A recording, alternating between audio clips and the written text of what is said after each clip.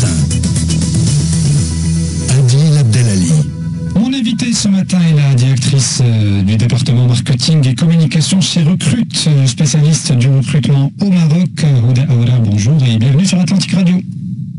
Bonjour Adil, bonjour aux auditeurs d'Atlantique et merci pour l'invitation. Je vous en prie. Alors je vous reçois ce matin pour parler de cette récente enquête que vous avez réalisée auprès des salariés marocains dans le but de comprendre leurs préoccupations et leurs aspirations.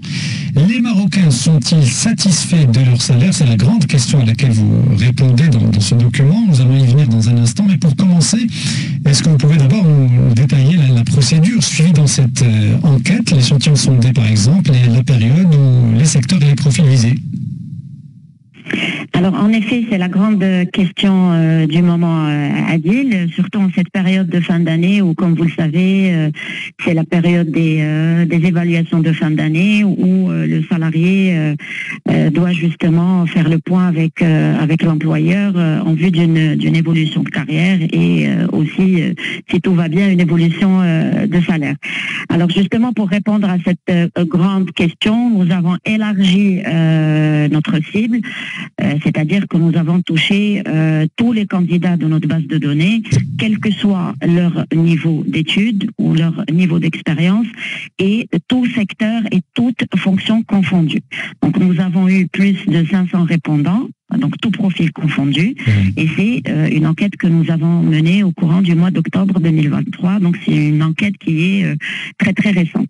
Alors, la première question que j'ai envie de vous poser, parce que l'enquête concerne essentiellement la perception qu'ont les salariés marocains de leur salaire, de leur niveau de rémunération, est-ce qu'on peut dire que le salaire est aujourd'hui le facteur le plus déterminant dans les choix de carrière des salariés au Maroc?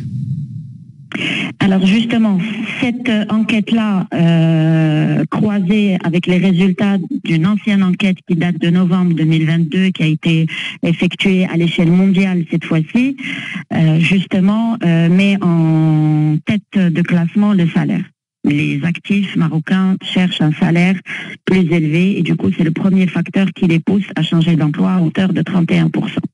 En deuxième position, on peut noter la recherche d'un poste plus intéressant, c'est-à-dire de meilleures perspectives d'évolution, donc à hauteur de 24%. Et en troisième position, on note parmi les facteurs déterminants dans les choix de carrière, un meilleur équilibre vie professionnelle et vie privée à hauteur de 16%. Comment on peut expliquer ceci? Eh bien, ce qu'on note, c'est que le télétravail, en fait, a changé le mindset des actifs et a dénaturé en quelque sorte la relation de travail. Il faudrait vraiment que les employeurs soient attentifs à ce nouveau modèle et se focalisent un peu plus sur l'adéquation entre la culture de l'entreprise, les valeurs de leurs collaborateurs pour justement protéger entre parenthèses l'engagement et l'accroître et justement augmenter la fidélité des collaborateurs. Alors selon les résultats de cette enquête, et la question principale qui est posée, c'est est-ce que les Marocains sont satisfaits de leur salaire? On a un chiffre, c'est 81% exactement des salariés marocains se disent insatisfaits de leur salaire. Maintenant, moi, ce qui m'intéresse à travers ce chiffre, c'est de savoir quels sont peut-être les niveaux de salaire perçus dans les secteurs visés par cette enquête pour avoir une idée sur le pourquoi du comment les salariés ne sont pas satisfaits de leur rémunération. Alors, je vais commencer par vous mettre en avant quand même les secteurs qui sont, si vous voulez, où les salariés sont les plus contents. Hein. Oui. Parlons de choses positives, c'est toujours bien. Alors, comme je vous ai dit, on a questionné des candidats opérant dans plusieurs secteurs.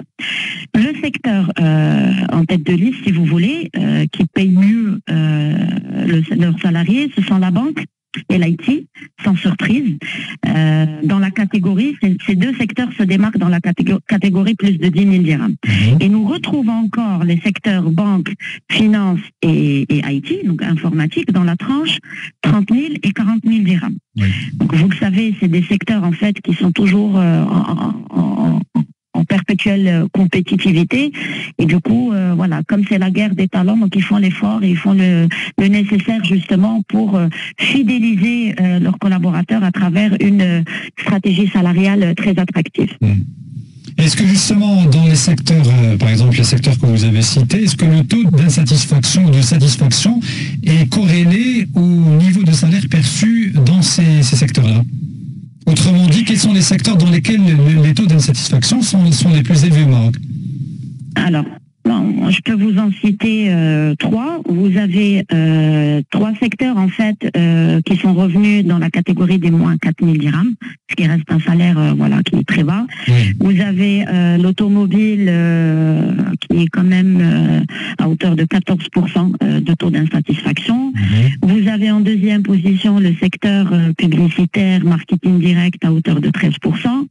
Et vous avez des centres d'appel à hauteur de 10%, mais sur des petits profils entre parenthèses. Donc ce sont les trois salaires qui sont ressortis dans la tranche des moins 4 000 dirhams de salaire. Très bien. Et quelles sont justement les raisons, parce que bon, la question peut paraître assez évidente, ou la réponse à la question peut paraître assez évidente, mais quelles sont au fond les raisons, les paramètres qui font dire aux salariés sondés qu'ils ne sont pas satisfaits de leur salaire dans leur métier et dans leur secteur respectif? Alors, ce que nous avons noté à Adil, c'est pour la moitié, plus de la moitié des répondants indiquent que la raison principale de cette insatisfaction est liée au fait que pour eux, leur salaire n'est pas aligné avec le marché de l'emploi. Alors, c'est-à-dire qu'ils estiment en fait que leurs salaires actuels sont inférieurs à ce qu'ils pourraient gagner sur le marché. Et puis, vous avez d'autres répondants qui mentionnent la charge de travail. Mais autrement dit, ils s'estiment lésés par leur insatisfaction. Oui, autrement dit, ils s'estiment lésés par leurs employeurs. S'ils ne sont pas payés selon eux à leur juste valeur ou au niveau de rémunération qui existe dans le marché, ils estiment qu'ils sont lésés par leurs employeurs. C'est bien ça? Ils estiment qu'ils peuvent gagner plus. Après, vous savez, voilà, ailleurs. Après, on le sait très bien, un collaborateur, quand il démissionne, dans la majorité des cas, c'est pour justement, peut-être qu'il n'a pas pu négocier une augmentation et du coup, il va aller ailleurs peut-être pour faire augmenter son salaire. Maintenant, c'est un ressenti de la part de nos répondants.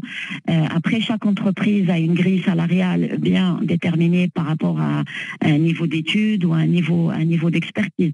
Donc maintenant, voilà, c'est un ressenti que nous, on communique en toute transparence au niveau de notre enquête. Après, nous sommes convaincus que tout cela est peut-être résolu à travers le dialogue et la négociation de salaire, justement, comme je vous ai dit au début, lors de la période des évaluations de fin d'année. Alors justement, avant d'aller voir ailleurs, je pense que le réflexe primaire et premier d'un salarié, c'est justement de demander auprès de son employeur actuel une éventuelle augmentation de salaire. Sur cette question, là aussi, vous avez des indicateurs issus de cette enquête qui peuvent nous renseigner justement sur cette relation employé-employeur. Est-ce que la négociation avec l'employeur est toujours fructueuse?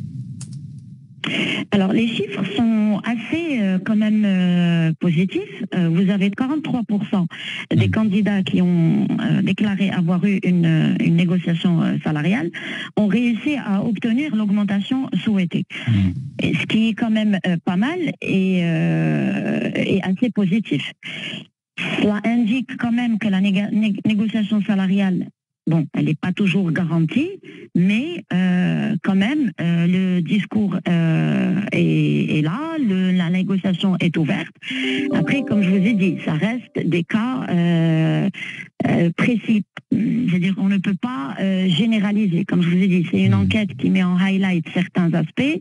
Voilà, nous, on a des chiffres, mais ça reste des chiffres relatés par les répondants. Absolument. Après, vous avez dans près de la moitié des cas, 48%, les augmentations de salaire obtenues sont inférieures à 10%. Cela suggère quand même que lorsque les candidats réussissent à négocier une augmentation, celle-ci n'est souvent que modeste. C'est-à-dire ils arrivent à négocier, mais peut-être pas selon peut-être le chiffre qu'ils se sont mis en tête ou par rapport à comment eux ils se jaugent.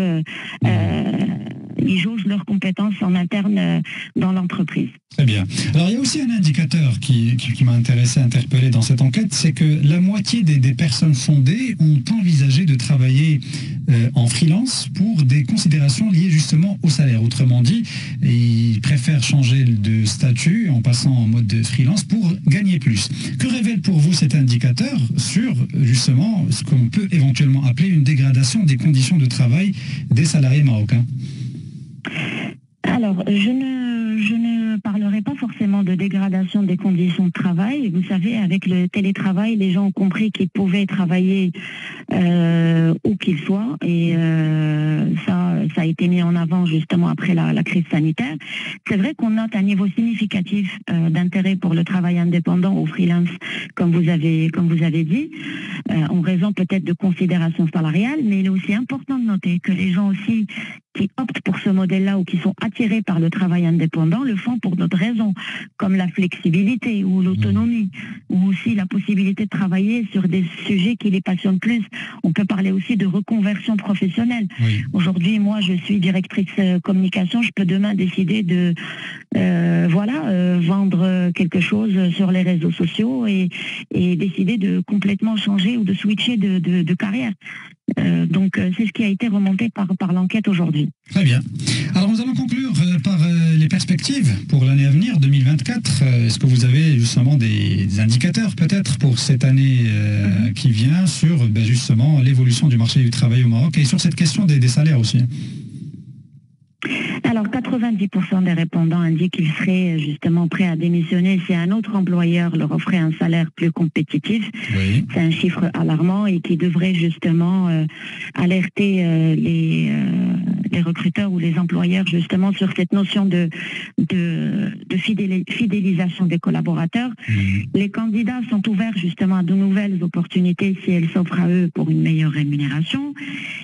On note aussi que de nombreux candidats envisagent activement de négocier leur rémunération. Vous savez, un candidat qui toque à la porte et qui veut négocier, ça veut dire qu'il a quand même une certaine attache. Oui. Et qu'il ne veut pas partir. Si on l'écoute et si on... Voilà. Donc il faut voir les choses aussi d'une manière positive. Donc ces candidats-là ou là, ces collaborateurs-là sont prêts à rester s'ils obtiennent une promesse d'augmentation. Et c'est à hauteur de 16%. Donc c'est quand même positif. Ou en demandant une augmentation et ils cherchent plus de responsabilités. Vous voyez, donc cela met vraiment la lumière sur l'importance de la négociation salariale, c'est-à-dire l'écoute. Il faut qu'il y ait un échange entre le salarié et l'employeur dans la gestion du capital humain aujourd'hui, et aussi un salarié satisfait ne partira pas forcément. Donc tout ce qui est aujourd'hui fidélisation, culture d'entreprise, marque employeur, les entreprises aujourd'hui sont sensibles à ces données-là et commencent justement à changer leur process de recrutement. Eh bien, nous allons conclure sur cette dernière recommandation qui s'apparente à une certaine forme de conseil. C'est vrai que c'est très intéressant de voir un petit peu ce que pensent les salariés de leur situation et c'est un indicateur à prendre en compte. Ouda Aoular, je rappelle que vous êtes directrice marketing et communication de Recrute. Merci beaucoup d'avoir répondu ce matin à nos questions, d'avoir détaillé pour nous les résultats de cette enquête et je vous dis à bientôt sur Atlantique. Merci Adil, à très bientôt.